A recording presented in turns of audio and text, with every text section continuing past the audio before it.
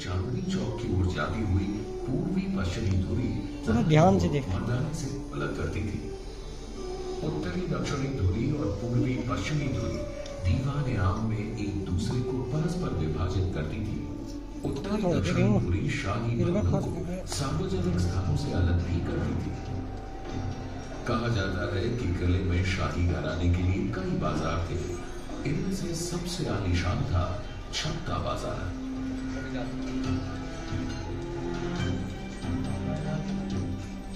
छत्ता बाजार से बाहर निकलते ही आंगन के परे किले का शासकीय प्रवेश द्वार यानी कि नौबतखाना था। नौबतखाना से होते हुए दीवाने आम के दरबार में प्रवेश किया जाता था। यह वह दरबार था जहां प्रजा शहंशाह से मिल सकती थी। शासकीय समारोह और त्योहार भी यहाँ मनाए जाते थे। दीवाने आम से आगे किले के सभी हिस्सों में शाही परिवार के अलावा किसी का भी प्रवेश वर्जित था। बाग, प्रशासनिक भवन, निवास और मनोरंजन के कक्ष, इन सब में शाही घराने के ही लोग जा सकते थे। दीवाने आम के ठीक पीछे रंग महल था। यहाँ शहंशाह और शाही परिवार नृत्य और संगीत की महफिलों का आनंद लेते थे।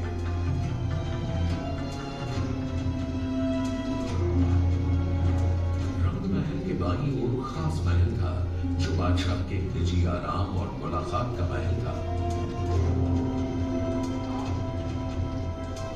इसके आगे दीवाने खास था। यहाँ शहंशाह अपने मंत्रियों से दरबार के मामलों पर परामर्श किया करते थे।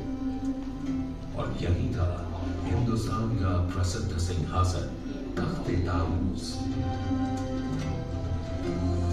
सिंहासन के छत पर दो मोर पक्षियों के बीच चढ़ा था दुनिया का सबसे नायाब हीरा और तख्ते ताऊस की शान कोहिनूर।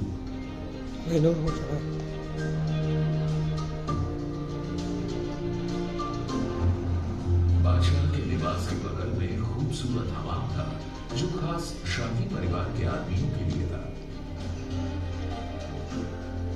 पूरे लाल किले के खूबसूरत भवनों में और साथ ही हयात बख्श बाग, मेहताब बाग, सावन भादों और मुमताज महल में यमुना का बेहतरीन पानी नहर बहिश्त या स्वर्ग की धारा में बहता था।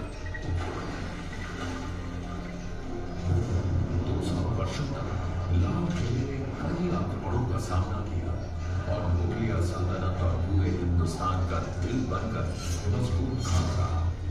लेकिन 1857 में अंग्रेजों ने आजादी की पहली लड़ाई के जवाब में किले पर धावा बोल दिया। किले की लगभग 80% इमारतों को नष्ट कर दिया गया और उनकी जगह ले ली अंग्रेजों की बैरकों ने।